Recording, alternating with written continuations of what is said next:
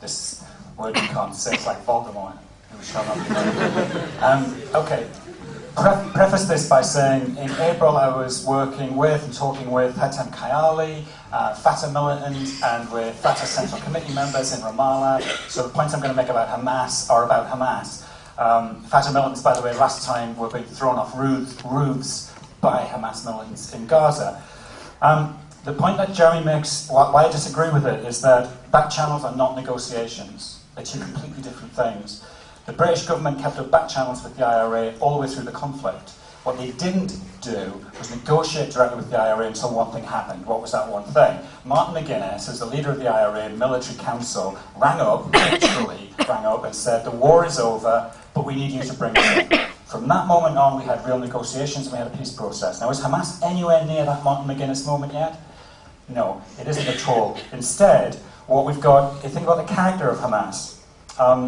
You're talking about an organisation that is explicitly anti-Semitic. Its charter enshrines anti-Semitism inside the charter. The old image of the cosmic Jew, not this Jewish person or that Jewish person, but the Jew, is enshrined in Hamas's charter as someone who caused the First World War, the Second World War, economic crises, etc., etc. Another, all the classic anti-Semitic tropes that there are.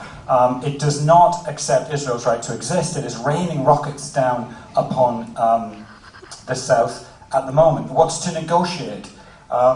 If you look at what Hamas militants themselves say, Hamas leader, the expulsion of the Jews will come from all of Palestine, we are going to expel them. Now, how do you negotiate with that? Well, you know, when are you going to expel the Jews? That's not a negotiating platform available at all. Hamas leaders, my great hope is bringing an end to the entire Zionist project in Palestine. So that's briefly about Hamas. Other quick points. The one-state solution, we might come back to it. One of the points I want to make about it is this. No one supports it amongst significant Palestinian or Israeli negotiators or activists or parties. It is purely a Western intellectual construct. Western academics are very into the idea, as we've heard tonight, but it has no traction at all amongst the two peoples. What the two peoples want is not one state. They want to express their national identity in a state of their own. They want national sovereignty, and they should have the right to pursue that national sovereignty through negotiations. I feel like I've probably spoken enough, but I've got another few seconds about apartheid. Right, it's this question of apartheid. Distinguish between what's going on inside Israel and what's going on in the West Bank. In Israel, it's just stupid, frankly. It's an insult, it's abusive, it's just stupid, as Goldstone said recently. So if you want cold and clear, let's do cold and clear. Inside Israel, full and equal political rights. The Israeli Supreme Court consistently interpreted its basic law as guaranteeing equal rights for all Israeli citizens. The Supreme Court ruled that a political party which stood on the platform of a state for all its citizens, that did not contradict Israel as being a state of the Jewish people. The Israeli Ministry of Foreign Affairs says Arab Israelis are citizens of Israel with equal rights. Quote, the only legal distinction between Arabs and Jewish citizens is not one of rights, but rather of civic duty. Since Israel's establishment, Arab citizens have been exempted from compulsory service in the Israeli Defense Force. Now remember in South Africa, you're talking about helots, essentially repressed helots in every aspect of their lives because of their skin colour. No citizenship rights, no voting rights. None of this looks like that. Israel has a publicly financed Arab language school system, a state-sponsored system of Muslim courts for marriage and family status. Arabic is an official language of the state. You can attend Israeli universities. There are Arab members of the Knesset, of the Jewish National Fund, of the cabinet. They serve in the courts, police, the army.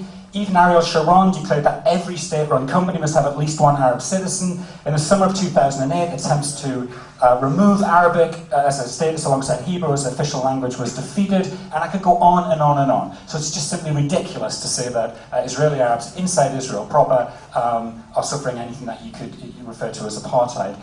In the West Bank is a conflict so that the roads, so the things that have been mentioned, for instance, roads. Well, just a few weeks ago, Mr. Asher and his 8-month-old son, who are now dead after being attacked by rocks, that's one of the reasons why people have constructed roads and so on, because it's a conflict zone, it's a conflict situation. Why was the separation barrier written? You'll hear again and again decontextualized arguments. So for instance, we'll hear the issue of the separation barrier, but what you won't hear is that it was built because there was waves of suicide bombers blowing up cafes and pizzerias in Tel Aviv. Now, what would you do if you faced that? If you tonight went out into Birmingham and you thought there was a chance of you being blown up in a pizzeria, how quickly would you be arguing for your government to protect you? That separation barrier has reduced deaths by over 90%, and it did so very quickly. It will come down when there's peace, when there's a deal. That's the point at which it will come down. So there's a lot of decontextualized talk about the West Bank. I'll leave it at that for now.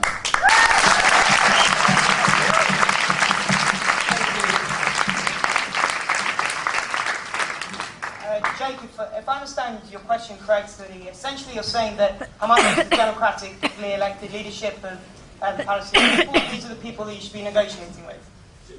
Chair, it's okay to clarify? Yeah, if you just want to clarify. Yeah, just to clarify. It's not so much about the election process, but rather it's that Hamas is a political party, is a representation of the Palestinian people. Okay. And that the representation that Hamas presents is the real governance grievances that Palestinians have. And the question is, to clarify, is about, does Israel actually recognize the problems that Palestinians have? Because we haven't seen that in the discourse. And I'm not either one side or the other, but it's a matter of simply recognizing that Hamas, in its language, its discourse, is an expression of the people, calling for a justice. Why hasn't Israel acknowledged that? Okay, it's been clarified. I'd like to respond to a number of, I think, assumptions you've made about why Palestinians have voted for Hamas and what Hamas actually represents. The Palestinian people didn't vote for Hamas because it believed in its anti-Semitic rhetoric.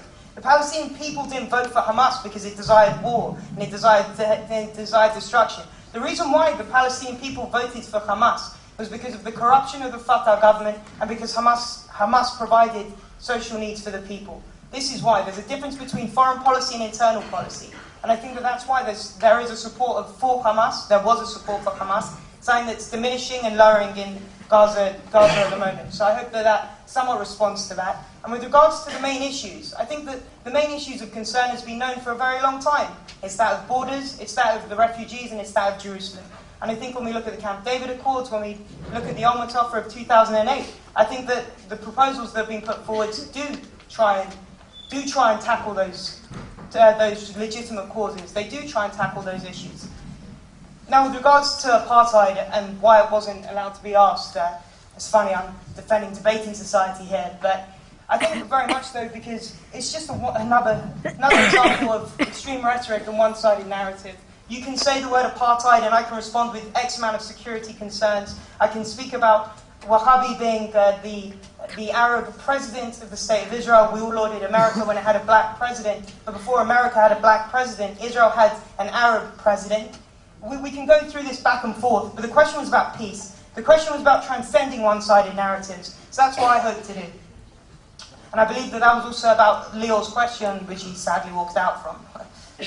And I do believe a two-state solution does that. I believe to achieve a two-state solution, we need to transcend these one-sided narratives. We need to stop this emotive language. We need to stop this rhetoric. We need to understand that both sides have committed wrongs and both sides do wrong. And the way forward is to transcend it, not to perpetuate it. Yeah.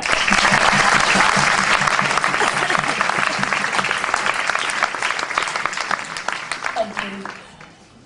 I'd like to try to step back a moment, really. I feel, looking at the platform, I feel a bit as though there's two kind of desperate people in a kind of very precarious boat fighting each other, and they're on a sea, right? And the sea is dangerous and rough, and there's all sorts of big, nasty people around. There's the colonial powers, there's sub-colonial powers, and we have Israel and Palestine, and they're kind of various spokespeople arguing with each other in a little precarious boat. And it's been said by two speakers, Palestine is a small, tiny, powerless nation. Israel is a huge, powerful nation. Israel was formed in 1948. Israel was formed 3 years after the end of the Holocaust. This is the mighty Israel, right? The mighty Israel. If you go and stand in the tower in Tel Aviv on the coast, you can see into the West Bank. The mighty, mighty Israel. Go and look at Google Map.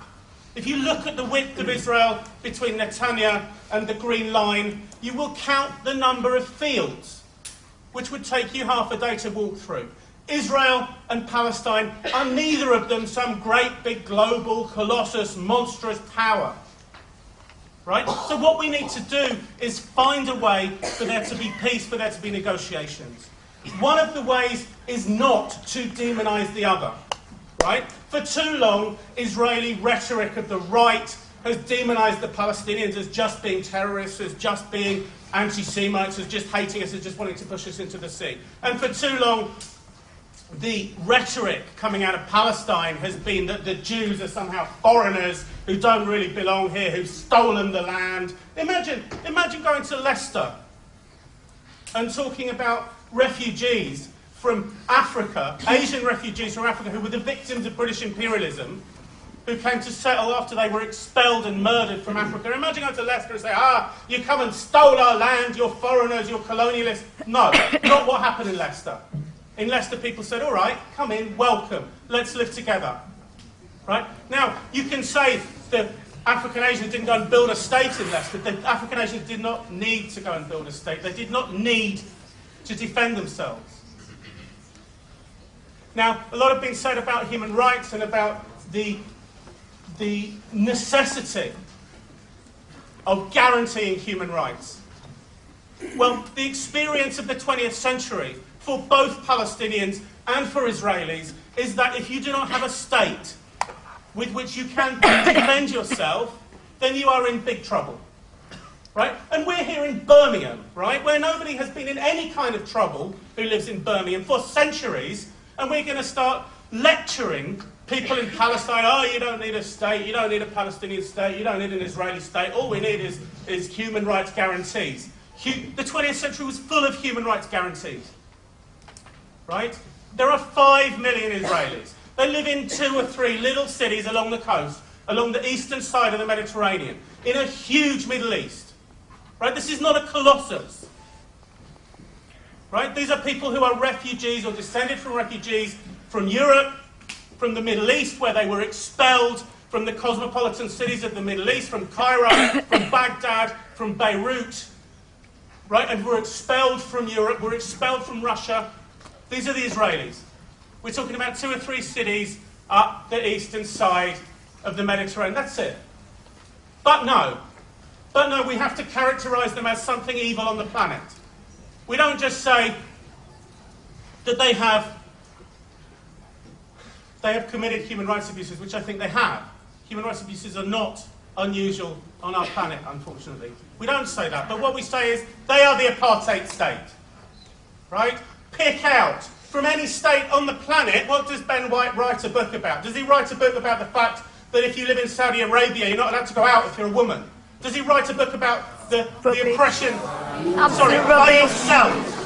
Sorry, this is true. Hang on. It's true that if you live in Saudi Arabia, you're not allowed to go back by yourself if you're a woman. You're not allowed to go uncovered. You're not allowed to drive a car. Right? If you live in Syria at the moment, and if you're fighting for democracy, if you're living in Syria at the moment and you're fighting for democracy, you're getting shot. And find a way to help them live in peace.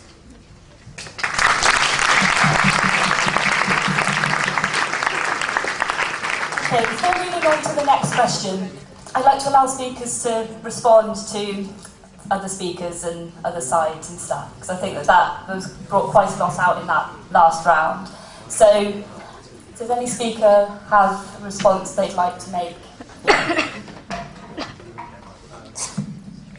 Yeah, now this is a very quick point about what the last speaker was saying on the issue of the history and how Israel was created. I just want to make a brief point. I'm not suggesting we rewrite the past, but I mean Israel was created in 1948, but it was created in land where people had been living for hundreds of years, including my grandparents, for instance. So it wasn't empty land where Israel built these towns and these cities and these villages and these roads.